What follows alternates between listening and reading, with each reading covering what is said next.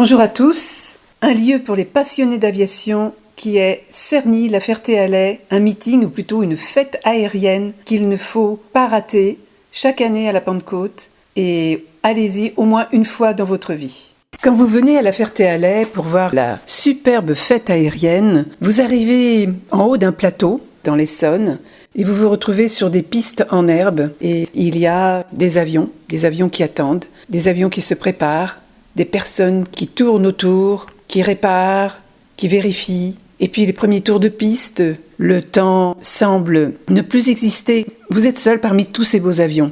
Les derniers préparatifs sont essentiels. Seuls les gestes, les mots, les synchronisations sont à ajuster pour l'ouverture qui va bientôt commencer de cette belle fête aérienne.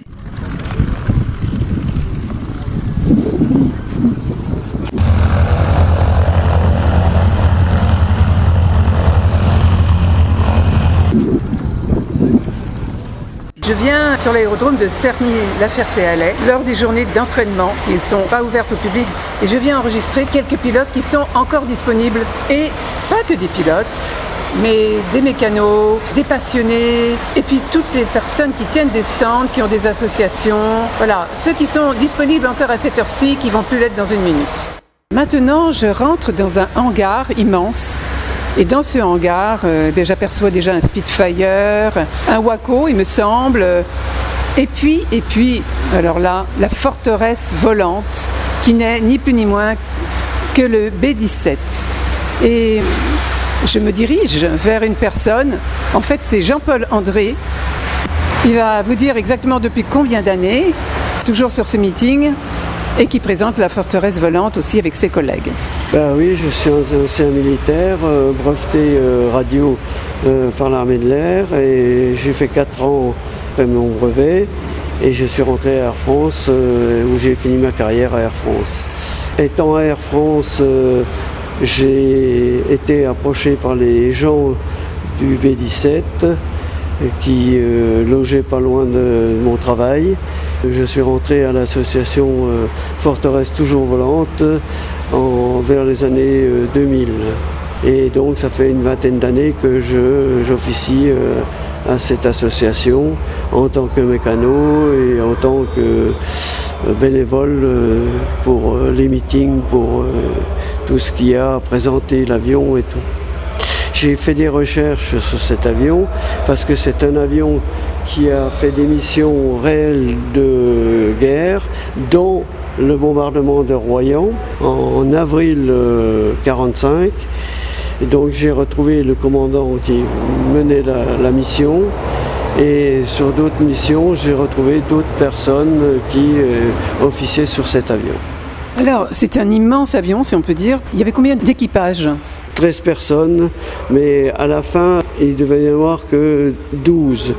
Mais comme c'était un avion leader, donc il peut y avoir une 13e personne. C'était la 13e, c'est le commandant de la mission, celui dans l'avion, et qui fait la répartition des avions dans le groupe de bombardement.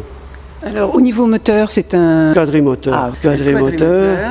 1200 chevaux par moteur, donc il consomme pas mal de l'essence.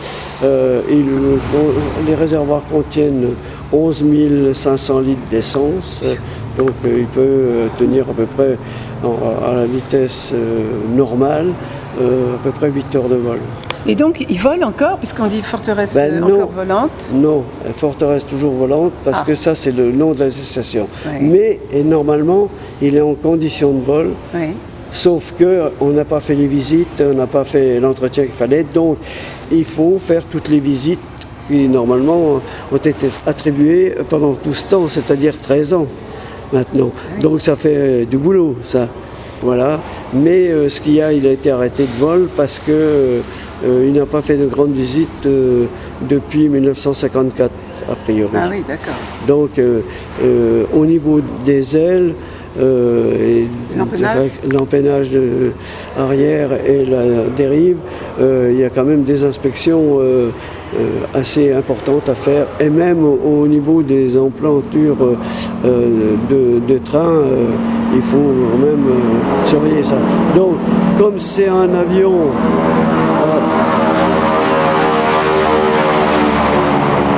Ça vous montre que nous sommes en direct. Comme c'est un avion, on va dire, légendaire, puisque c'est le seul qui vole, qui a fait des missions de guerre réelles. Tous les autres, ils en ont plein la robe, mais et c'est du pipeau, on va dire. Tandis que là, les 6 missions, c'est réel. Elle en a fait une 7e, mais qui a été annulée. Donc, le numéro 7 qui est dessus, il y en a qui disent, ben oui, ceux qui savent, c'est la 7e. Non, c'est pas la 7e, c'est un numéro qu'elle avait attribué pendant un meeting. Voilà. Alors, justement, on avait déjà fait une émission sur ce B-17, on était à l'intérieur, et je pense que je rediffuserai cette émission, parce que là, vous avez parlé des bombes, malheureusement, hein, des bombes qui étaient larguées, et comment, depuis l'avion, bien sûr, du mitrailleur arrière, et puis à l'avant de ce fameux cockpit qui est magnifique en même temps, immense.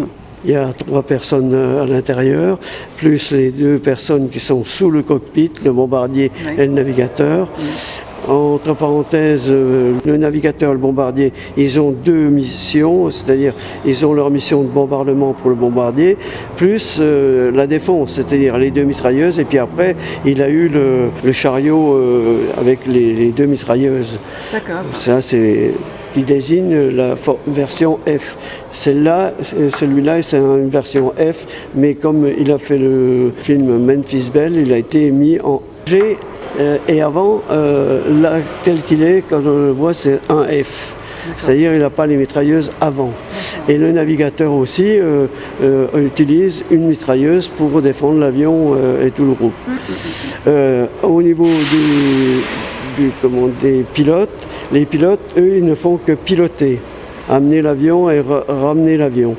Le navigateur, mécanicien navigant, lui, il a la tourelle supérieure à s'occuper, et plus le contrôle des moteurs qu'il doit vérifier comme il faut. Après, on a le radio qui avant avait une mitrailleuse sur le dos et il tirait vers la dérive, mais comme il y a eu beaucoup d'incidents sur la dérive, on a abandonné. Et on a dit c'est préférable de faire son métier de radio. Pour peu qu'il était officier, c'était un radio-radar, parce que cet avion était muni d'un radar. Donc c'est pour ça qu'il était leader. Et après on arrive en dessous, on n'a pas de mitrailleur ventral. C'est l'antenne radar, justement. Alors là, comme c'est un F, eh bien on a remis la version F avec le mitrailleur ventral. Alors il est de couleur, on va dire gris-vert un peu, non, gris-vert. il est couleur aluminium. Alors il est couleur aluminium. Pour la guerre, il est couleur aluminium. D'accord. Parce qu'il est sorti de chaîne en décembre 1944 et à cette époque-là, on amenait les avions, mais on ne pouvait plus se permettre de faire des peintures à tous les avions. Donc, et il n'y avait même pas de dessin de nez. Les dessins de nez ont été faits pour le film Memphis Belle. D'accord. Donc on a eu 2 pour la prise de vue, c'est-à-dire comme ça fait 2 avions. On en a un à gauche, on en a un à droite. Mais normalement, il n'y en avait qu'un à gauche. C'est le seul avion, c'est le seul B-17 en France ? Non, il y en a un autre au musée de l'air. C'est un des frères de l'IGN. Donc pour revenir à ce meeting de Cerny-la-Ferté-Alais, il va y avoir encore beaucoup de monde autour, c'est certain, plus des animations, je crois. Il y a des jeunes femmes du style américain. Je pense que les chanteuses qu'il y a un podium, style américain. Donc il y a une ambiance qui est superbe quand même autour de ce B-17 lors du meeting. Et puis quand je fais venir aussi les Bignoux, aussi, on fait une photo avec les Bignoux. Voilà. Mais on ne fait pas visiter, il y a trop de monde et puis on n'est pas assez. On fait des visites que pour les journées du patrimoine. Eh bien merci déjà, monsieur Jean-Paul André. Bon meeting, parce que là nous sommes à la veille, nous sommes en plein entraînement et forteresse volante, toujours volante, bel avenir encore. Maintenant, j'arrive devant un stand qui s'appelle Normandie-Niemen. Ça m'interpelle parce que c'est une grande aventure, ça aussi, et une grande amitié. Et j'ai devant moi un monsieur qui s'appelle Michel Brunoton. Mémorial Normandie-Niemen depuis 5 ans, et j'ai la particularité d'être le conférencier. D'accord. Écoutez, superbe, je tombe bien. Est-ce qu'en 2 mots, c'est bien sûr, c'est peut-être très long, mais en 2 mots, le Normandie-Niemen, c'est un Alors, c'est un groupe de chasse qui a été combattre en URSS pendant la période novembre 42 à juin 45. Dans notre histoire, on l'appelle l'épopée Normandie-Niemen. Et alors, c'était en fait, si j'ai bien compris, des pilotes français qui, sous la direction du général de Gaulle, sont partis non pas de France, mais de différents endroits. C'est ça, c'était. Effectivement, une partie des pilotes une partie des soldats en 40 après la défaite ont suivi le général de Gaulle qui va créer les FAFL, et d'autres sont restés dans l'armée dite qu'on en dira de Vichy.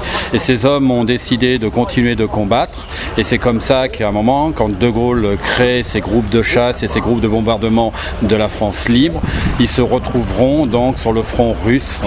Alors ils sont arrivés à Ivanovo, si je comprends bien. C'est exact. Et c'était en hiver, c'était novembre. Oui. Alors ils sont arrivés officiellement, le groupe a été créé à Rayak, dans ce qu'on appelle à l'époque le Levant, ce qui est la Syrie actuelle. Et ils sont arrivés à Ivanovo, ils n'étaient que 14, avec leurs mécaniciens. Français toujours. Français, oui, que des Français de la France libre. Certains seront compagnons de la Libération, entre autres. Et alors, ils sont arrivés là-bas, mais alors évidemment, ils ont dû avoir un froid pas possible. Oui, donc la première chose qu'on leur a offert, c'était la fameuse chapka et les bottes de poil de chien. D'accord. Voilà. Donc il faut qu'ils s'acclimatent, ils sont pris en charge.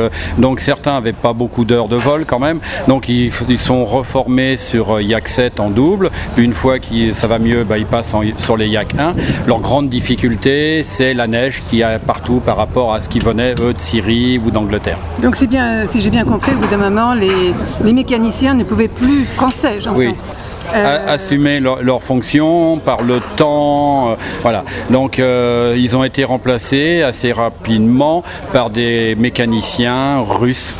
Et donc, ils opéraient après sur des Yak. Oui, donc, il faut signaler qu'au moment du choix de l'avion qui était proposé, ils ont choisi le Yak, qui était un avion construit par les Russes, avec un moteur français, c'est pour ça que les mécaniciens étaient contents, qui était sous licence, le fameux Hispano-Suiza. Et entre autres, il était adapté au temps, c'est-à-dire le froid, l'été, l'hiver. Et puis les mécanos, effectivement, les pièces étaient sur place, quoi. C'était le bon sens. Alors, ils ont passé 1 an, 2 ans, 3 ans, c'est ça? Alors il y a eu officiellement 3 campagnes. Il y a eu la première campagne d'hiver, de avril 42 jusqu'au mois de juillet 43. Donc les fameux 14 malheureusement ont perdu leur effectif, donc il y a eu un risque qui n'existe plus.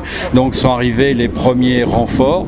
La deuxième campagne a eu lieu et entre autres, il y a eu le passage du fleuve Niemen, qui était donc une frontière physique entre l'URSS et les territoires occupés donc par l'Allemagne. Et Staline, pour remercier l'effort des Français, les victoires et malheureusement les pertes, les a autorisés à s'appeler Normandie-Niemen. C'est depuis ce moment-là que... Et c'est ça. Et les pilotes, en rentrant en France, ont accepté de continuer. Et du coup, actuellement, le régiment de chasse RC-230 existe toujours, basé à Mont-de-Marsan, sur Rafale. Ils volent sur Rafale. Non, mais écoutez, voilà un résumé super. Merci infiniment et bon meeting. Merci beaucoup.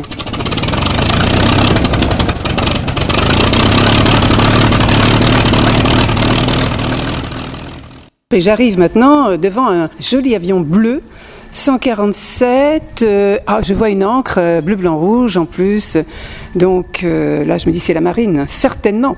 Et je me dirige vers un monsieur qui s'appelle monsieur... Bonjour madame, monsieur Nog. Effectivement vous êtes devant un bel avion bleu qui est un Morane Saunier 733. Le numéro 147 que vous voyez, c'est parce que c'est le numéro 147, puisqu'il y a eu 214 avions de ce modèle qui ont été faits. Cet avion que vous avez devant vous, il est de 1953. C'est la question que j'allais vous poser. Il a opéré en extérieur la fin de la guerre d'Indochine, puis en observation, puis la guerre d'Algérie équipée de mitrailleuses, parce que là il est armé pour ceci. Et ensuite il a fini sa carrière professionnel, va-t-on dire, pour les jeunes pilotes de l'armée de l'air, de l'aéronaval, puisque c'est un avion de l'aéronaval celui-là, et ensuite pour les jeunes pilotes d'Air France. Et là, vous êtes basé... Ici. Ici, vous êtes à La Ferté-Alais? Nous, on est basé à La Ferté-Alais. D'accord. Oui. Et cet avion a longtemps été basé à Saint-Yan. Et avant d'être à Saint-Yan, il a été basé en Algérie et au Maroc pour la formation des jeunes d'Air France, d'Air Algérie et d'Air Maroc. Donc là, il est sauvegardé ici, finalement? Il est sauvegardé ici. Il vole toujours? Et il vole toujours, parfaitement bien. Et son dernier vol, c'était il y a 3 jours. Et vous-même, alors vous êtes Et moi, je suis pilote? un passionné. J'ai été navigant, pas pilote. Et puis maintenant, je vole avec mon frère sur cette belle machine. Quand vous dites navigant, c'est-à-dire vous étiez où? J'étais steward. Steward, quelle compagnie? Je vais être Une indiscrète. compagnie qui s'appelait AOM. AOM, d'accord, oui, bien sûr. Et donc, La Ferté-Alais, le meeting de La Ferté-Alais, c'est tellement mythique. C'est mythique. Et qu'est-ce que... Vous savez que Oui. c'est une date anniversaire cette année. C'est le 50e. Oui. Bravo. Voilà. Donc moi je suis à la JBS, donc à l'amicale Jean-Baptiste Salis depuis une quinzaine d'années maintenant. D'accord. Et puis on participe, on est tous bénévoles ici et on participe effectivement au meeting et puis au bon développement et au bon déroulement de toutes les activités qu'on a autour de l'année. C'est une grande amitié, le meeting? C'est assez sympathique. La preuve en est, c'est que je me prête très volontiers à Et vous faites d'autres meetings? Oui, on fait d'autres meetings. Alors nous particulièrement avec celui-là, ce sont des meetings puisqu'on appartient à une association qui s'appelle la Cocarde Marine et on fait effectivement beaucoup de meetings en général qui sont demandés par l'aéronaval. D'accord. Voilà. Et vous en allez général, plutôt en Bretagne. Plutôt en Bretagne et où justement? Lorient, D'accord. Brest, l'Ambiway. Oui. Et puis, en général, une fois par an, on a le grand plaisir de faire un survol du Charles de Gaulle à Toulon. Puisque tous les ans, tout début avril, il y a une journée qui est organisée pour les familles des marins embarqués. Et pour cet événement annuel, on nous invite à venir faire une présentation de l'avion, pas que celui-là, mais plusieurs avions qui ont été estampillés aéronaval. Écoutez, merci infiniment plaisir, nous avoir conduits, là, on va dire, avec ce Morane Saulnier bleu. Et bon meeting, très bon meeting et bonne continuation. Merci madame. Merci à vous. Comme vous l'entendez, il n'y a pas que de vieux avions. Le Rafale de l'armée de l'air et de l'espace.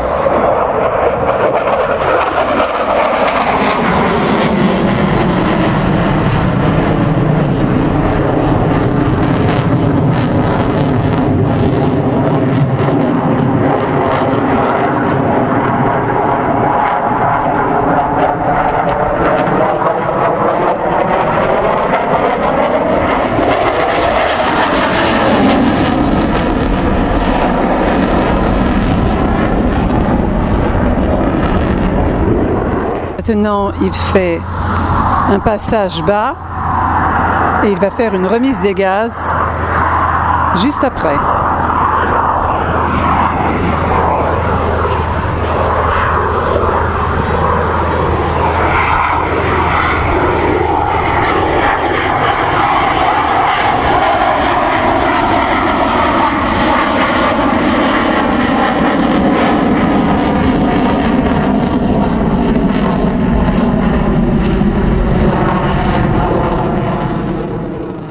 À l'abri de tous les enchaînements et de tous les entraînements.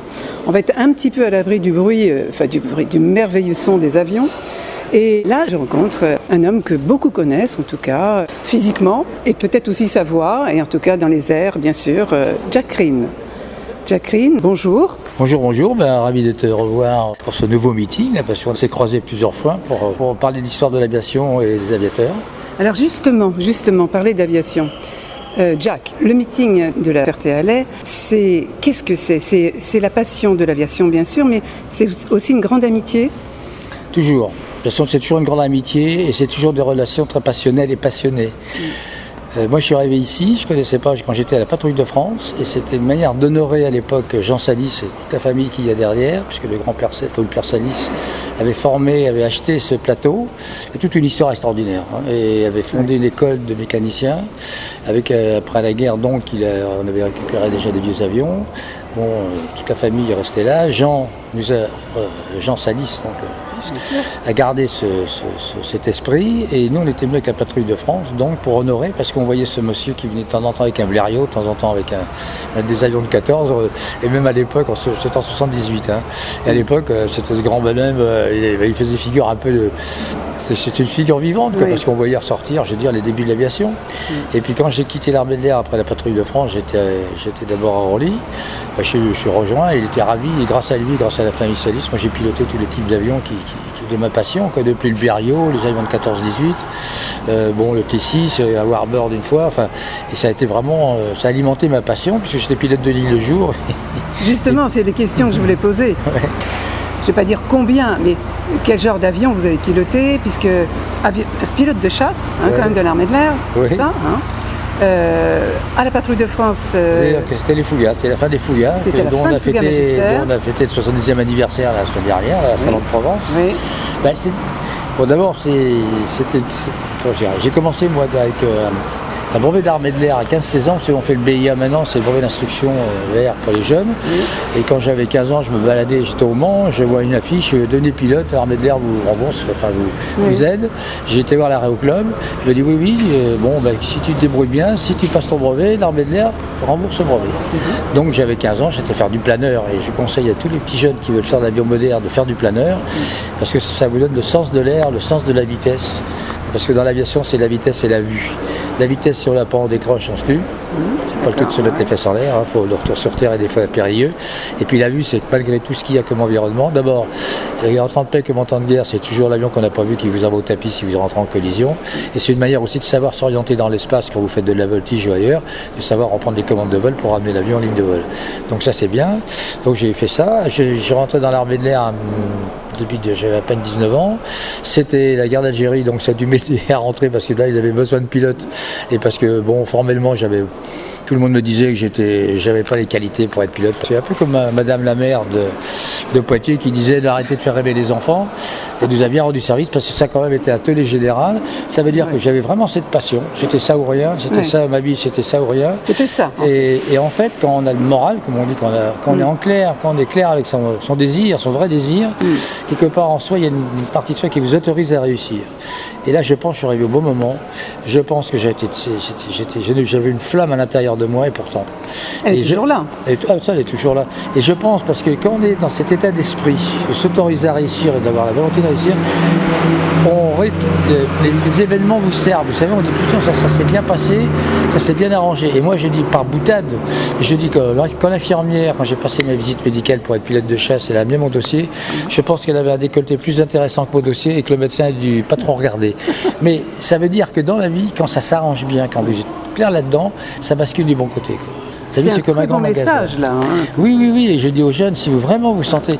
On a une culture, on est prudent, on est modeste. Encore pire maintenant, c'est que dans le temps, on avait quand même la culture, la prise de risque et la maîtrise des risques. On était tous des héros potentiels. Et c'est ce qui fait avancer une nation. Maintenant, vous baratinez que votez pour moi, vous allez avoir la sécurité totale. On se rend compte qu'au contraire, en ce moment, ça pète de partout. Et puis une vie, c'est prendre des risques. Un petit bébé qui commence à ramper, il explore, il prend des risques, il va voir quitte à prendre de bagnole de chaud sur la tête, quoi. Et nous, on est fait pour ça, et là c'est une imposture ce qu'on nous dit. Vraiment, il faut un petit peu de souffrance pour vous amener après au plaisir de la réussite. On est dual. Comme je dis, on a deux hémisphères cérébraux. Il y en a tête dans les étoiles, l'autre cul dans les ronces. Ça, c'est les aviateurs qui disent ça. Il faut toujours se sortir les culs des ronces quand ça va mal. Mais si vous avez les fesses dans les ronces, ça vous donne envie de sortir.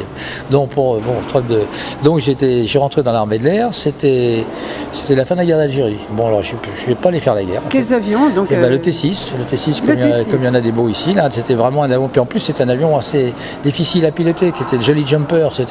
Il ne pardonnait rien. Donc quand vous étiez lâché sur cet avion, si vous gardiez toute votre vie des réflexes il y a des avions comme ça qui sont délicats à l'atterrissage, il faut vraiment les maîtriser. Il y a ça, il y a le Broussard, il y a plein d'autres avions. Le petit Piper J3, vous savez, qu'on appelle le Grasshopper, parce que si vous ne maîtrisez pas, c'est boum, boum, et badaboum.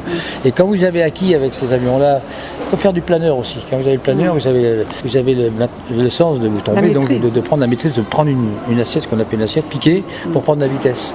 Et si vous avez fait du planeur et que vous êtes dans un avion, un moteur, et que le moteur s'arrête, vous ne prenez pas peur, vous ne le retenez pas, vous faites ce geste de de garder la vitesse pour retourner sur Terre dans de bonnes conditions.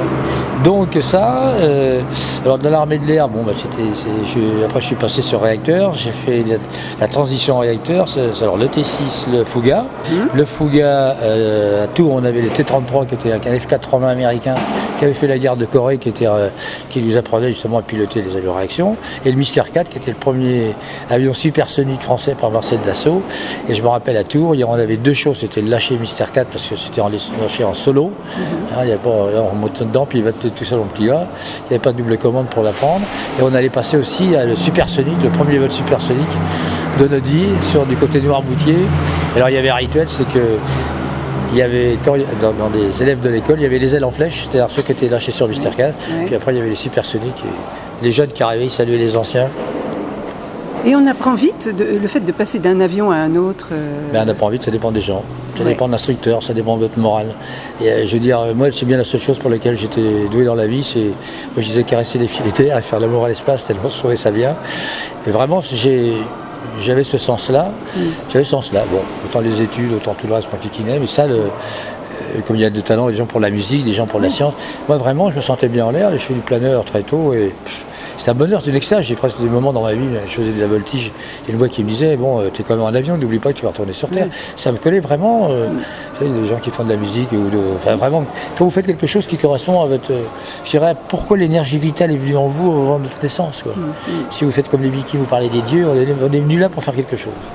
Et on a surtout des cultures qui nous disent le contraire, c'est que quand vous êtes gamin, en fait, à chaque fois que vous la ramenez, en général, vous prenez une tape sur la gueule en disant, c'est pas comme ça, que vont dire les voisins, pour qui tu te prends, tes jeunes filles amoureuses, oh là là là. Nous, voilà. Et c'est vraiment, on a un fond de... Moi, je me rappelle, j'étais élevé chez les jésuites qui étaient des braves gens. Je devais avoir 7-8 ans, j'avais une patate d'enfer sûrement, et on me disait, mais mon petit Jacques, il faut que tu apprennes à souffrir si tu vas aller au ciel plus tard. Et non, mais je veux dire, on a un fond de culture que quand il vous arrive quelque chose de très bien, on a d'abord, on voit les gens, ils ont une angoisse en disant, qu'est-ce qui va me tomber sur la gueule pour le payer. Et quand on a vraiment envie de quelque chose, on est amoureux. Pas amoureux d'un homme, pas amoureux d'une femme, pas amoureux. On n'a pas cette confiance en nous, on ne l'a jamais donnée.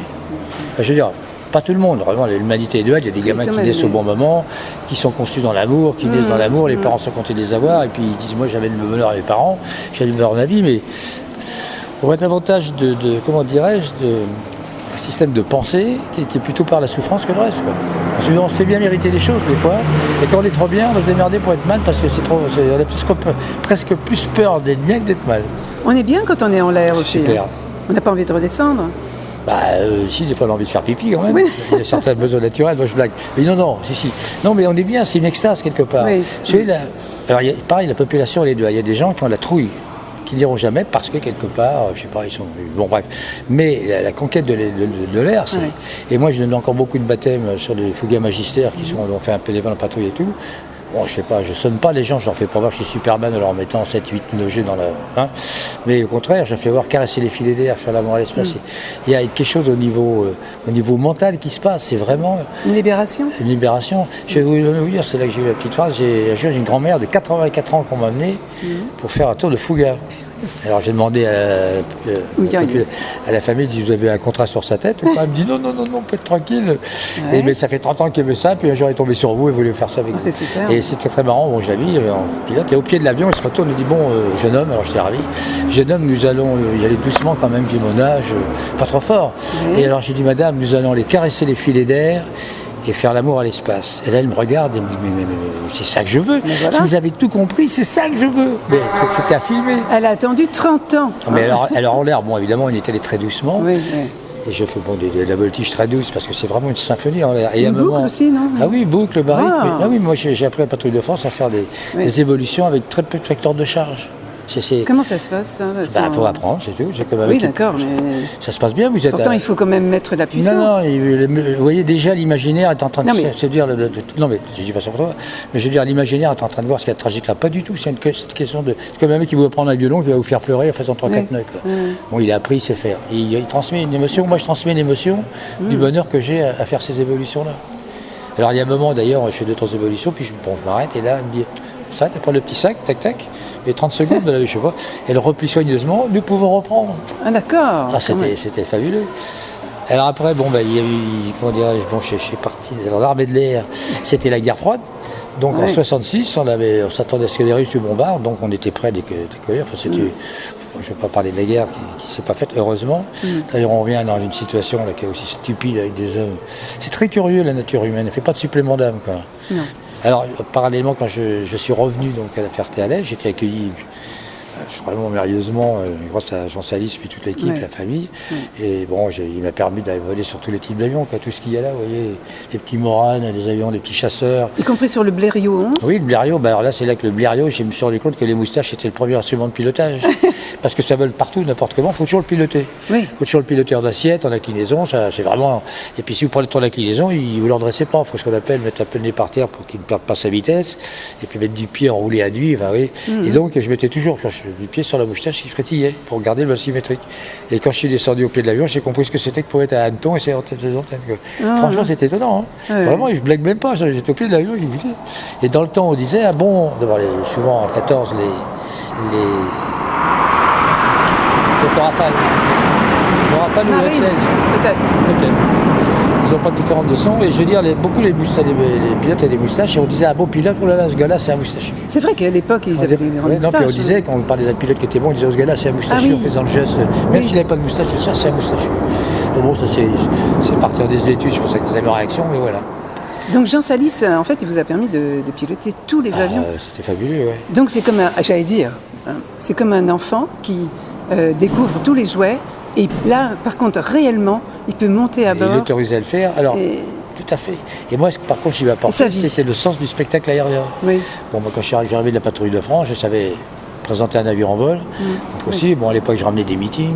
Je ramenais des meetings. J'ai fait connaître, si vous voulez, on partait, ils me confiaient les T6, etc., avec les gens d'ici. Les jeunes, bon, ces fistons qui sont devenus des pilotes extraordinaires, ils me disaient, tu les prends, tu te mets derrière eux et on allait faire un truc, tu rapportes la patrouille, etc., quoi. Donc j'avais un patrimoine, moi, de connaissances aéronautiques qui allait bien avec le musée, quoi. sûr. Quand on a tourné le film L'As des As avec Belmondo, etc., bon, on a fait... Oui, je voulais en venir, les justement. Faucheurs de Marguerite. Ah bah, Belmondo, lui, c'est un type, il fallait que les gens soient heureux autour de lui. Avec Jean-Claude Faure aussi, vous étiez, Ah bah alors, c'est ça? Jean-Claude, c'est lui, là, c'était le baron rouge sur le triplan, le Fokker Oui. triplan. On s'est fait des combats mémorables. Il y avait Jean-Claude Faure et puis surtout Jean-Pierre Lafille aussi. Ah oui, Jean-Pierre Lafille aussi. C'était un type aussi, alors, un manœuvrier incroyable. On va aller voir. Bon, on va aller voir.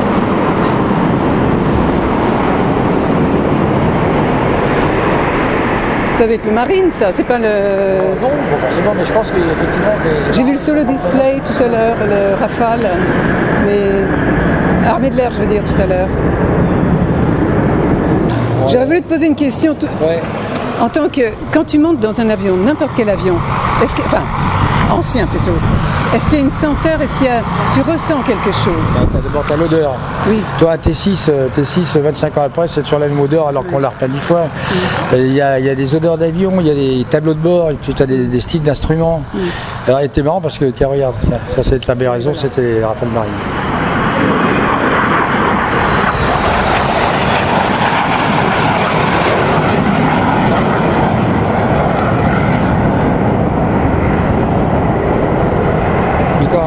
Quand tu t'installes, tu as une espèce de saisissement émotionnel. Tu t'installes, tu te brailles, tu regardes les instruments, bon, tu as une checklist à faire. Tu rentres dans le vol, comme on dit. Tu rentres dans l'espèce de partie de ton cerveau qui est habituée, qui est entraînée, une espèce de concentration. Et là, déjà, ça te vide tous les parasites que tu prends dans le cerveau, parce que là, tu prépares ton vol. Tu vois, tu prépares ton vol, bon, puis après, il y a l'émotion, etc. Puis surtout que tu n'as pas le droit à l'erreur. C'est encore un des seuls métiers actuels, tu n'as pas le droit à l'erreur. Tu te mets en l'air, il faut venir sortir, comme je te disais, si tu as un pépin, il faut savoir avoir le geste juste, quoi. Ah la vache! Wow.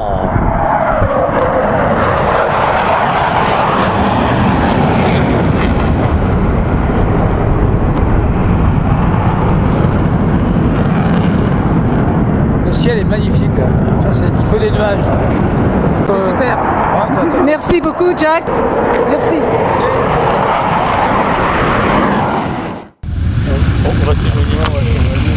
Voilà, maintenant je suis devant un stand qui s'intitule Memorial Flight.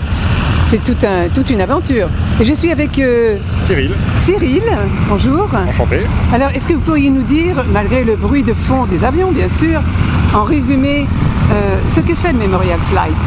Alors nous on est une association composée de bénévoles qui restaure et reconstruit les avions de la Première Guerre mondiale dans leur standard d'origine. Et on les remet en état de vol et on les fait voler avec les moteurs d'origine et voilà, c'est vraiment notre objectif principal. Mais les moteurs d'origine, vous avez les pièces? Vous arrivez à trouver les pièces? C'est difficile, c'est la partie la plus difficile. Bah oui. Et voilà, par contre on est obligé de refabriquer des pièces. Il y a même maintenant certaines sociétés qui refabriquent des moteurs, donc on peut réussir à travailler avec eux. Voilà. Donc vous vous trouvez au Bourget? Alors notre atelier de restauration est au Bourget. Et quand les avions sont terminés, on les fait voler sur la Ferté-Alais. Donc en fait c'est ça. Et ils viennent du Bourget, ils décollent du Bourget, ils arrivent... Alors non, ils viennent pas en vol, parce qu'on nos avions sont vraiment au standard d'époque, pas de radio, pas de transpondeur, aucun moyen de navigation moderne. Donc on les amène en camion et après on les fait voler que sur le terrain de la Ferté-Alais. D'accord. Et là, donc qu'est-ce qu'il y a comme type d'avion que vous avez? Alors on a le SPAT 13 qui a été le premier avion restauré par l'association. On a un Fokker D7 allemand, un Sopwith Strutter de construction française et on a un BE2F qui est un biplace anglais de 1916. D'accord, c'est pas mal. Et chaque avion a son pilote ou est-ce que tous les pilotes savent tout? Non, alors on n'a pas beaucoup de pilotes, on a les deux frères Salis qui pilotent pour nous. Qui sont-ils? Il y a Baptiste et Edmond Salis. Oui. Et on a maintenant aussi un pilote qui était dans notre association depuis longtemps et qui pilote aussi le BE2. Mais en réalité, Baptiste et Edmond peuvent piloter n'importe lequel de nos avions. Et pour l'instant, Philippe, donc, qui est notre troisième pilote, lui n'a piloté que le BE2. Et vous-même, alors que faites-vous? Vous êtes à la communication? Ah oui, alors moi je m'occupe du site internet, de la communication. Et moi je travaille sur tout ce qui est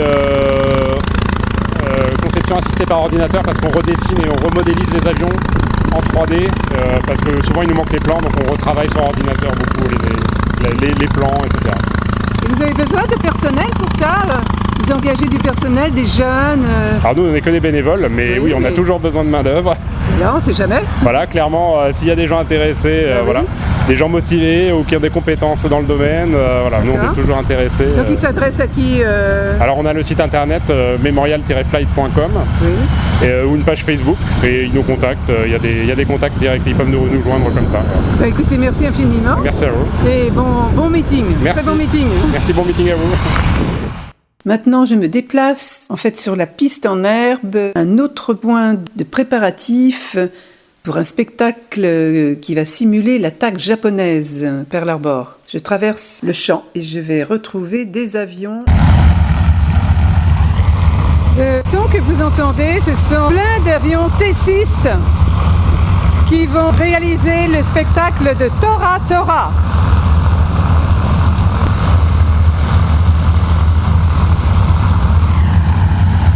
Toujours à Cerny, la Ferté-Alais, l'aérodrome. Sur le plateau, il fait un soleil magnifique. Et on avait tout à l'heure tous les T6, une douzaine de T6. Ce sont des gros avions qui ont décollé et qui nous ont fait une superbe démonstration. Et j'espère que vous les verrez quand vous viendrez au meeting. Et voilà, maintenant ils sont revenus, ils sont tous là. Je m'approche entre autres d'un qui a une allure un peu spéciale. Il est jaune et il a des dents de requin à l'avant. Il y a un pilote qui est juste à côté. J'aimerais l'aborder un petit peu, 2 minutes, pour savoir ses impressions sur cet avion. D'abord, qui est-il? Bonjour. Bonjour. Je suis Jean-Marc Viard, secrétaire général de la JBS, l'amicale Jean-Baptiste Salis. Et dans le cadre du meeting, en dehors de mes fonctions, je suis pilote de démonstration et leader de la démonstration Tora, qui est une reconstitution de l'attaque de Pearl Harbor avec 13 T6, donc des avions d'entraînement de l'US Air Force des années 50 ou de la France, puisqu'il y en avait un peu partout dans le monde. Un avion qui fait 600 chevaux et qui vole à peu près à 400 km/h. Et donc la démonstration consiste à rassembler tous les avions et alors que 2 petits biplans se promènent devant le public puisque Pearl Harbor a été une attaque surprise, ils sont pris par surprise par une attaque des 12 avions japonais. Et puis dans le scénario, il y a un avion, un de nos T6 qui arrive à à combattre un avion japonais, un autre T6 aux couleurs japonaises. Le japonais abat le premier avion américain, mais heureusement il y a un P-40, un chasseur qui vient à la rescousse et qui donc en combat simulé, bien évidemment, abat le zéro japonais, l'avion de chasse japonais. Alors là, justement, quand on vous a vu décoller, d'abord on a entendu un son phénoménal. Et quand vous avez décollé, d'abord c'est très très beau. Et on a presque les frissons d'entendre ça et de voir ça. Et quand vous êtes arrivé, on entend un son très très lointain, on entend ronronner. Et on vous voit arriver en bande comme ça, comme vous disiez. Et à un moment donné, vous faites un virage, un piqué en virage. Oui. Quelles sont les impressions? Donc vous êtes le leader. C'est quasiment la meilleure impression du vol, parce qu'on fait un piqué très accentué. Ouais. Et on est en prise de vitesse, donc ça simule l'attaque telle qu'elle a eu lieu à Pearl Harbor en piqué. Et le but était donc qu'ils attaquent les bateaux, et là dans notre cas nous on attaque la piste, on va dire comme ça. La pression évidemment c'est intéressant parce qu'on a le sol qui monte, la vitesse qui augmente et puis c'est une phase de vol qu'on connaît qu'on a assez peu en aviation, donc elle est assez exceptionnelle. Oui, puis de sentir les collègues. Moi, dans mon cas, je suis le leader, donc je vois plus les collègues, ils sont juste derrière moi, mais bon, il faut qu'ils soient en place avant, donc c'est un gros travail de préparation et d'entraînement avant, préalable. Voilà, justement, en parlant de l'entraînement, depuis combien de temps vous entraînez pour le meeting?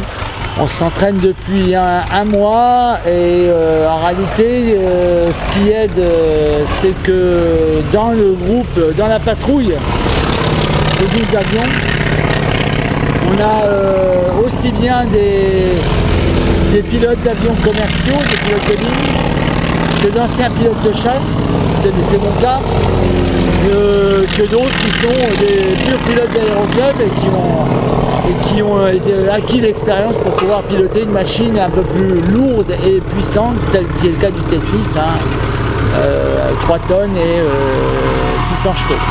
Et vous-même, vous avez piloté d'autres avions à Cerny, de La Ferté-Alais? Oui, des avions anciens, quelques avions anciens, Morane, Nord 3202, des avions des années 40, 30, 40, 50, voilà. Et celui-ci, c'est un biplace?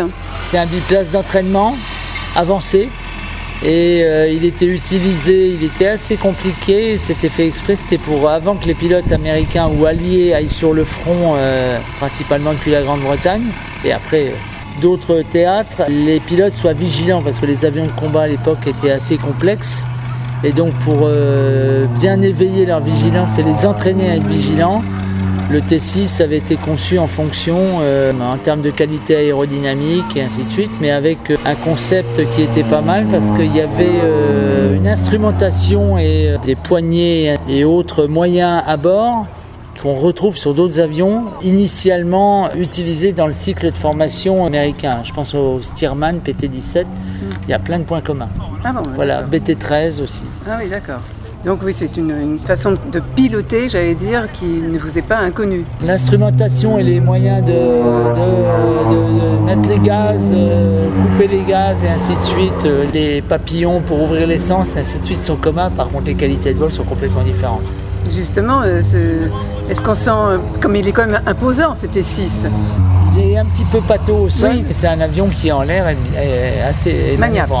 Il est maniable. Exactement. Et alors je vois qu'il a des dents de requin. Il y a une raison ou c'est une question que je pose qui c'est une bonne question. La décoration date d'une époque où je n'étais encore pas à la JBS, mais ma foi ça correspond bien à l'esprit du Torah où on attaque et donc d'accord.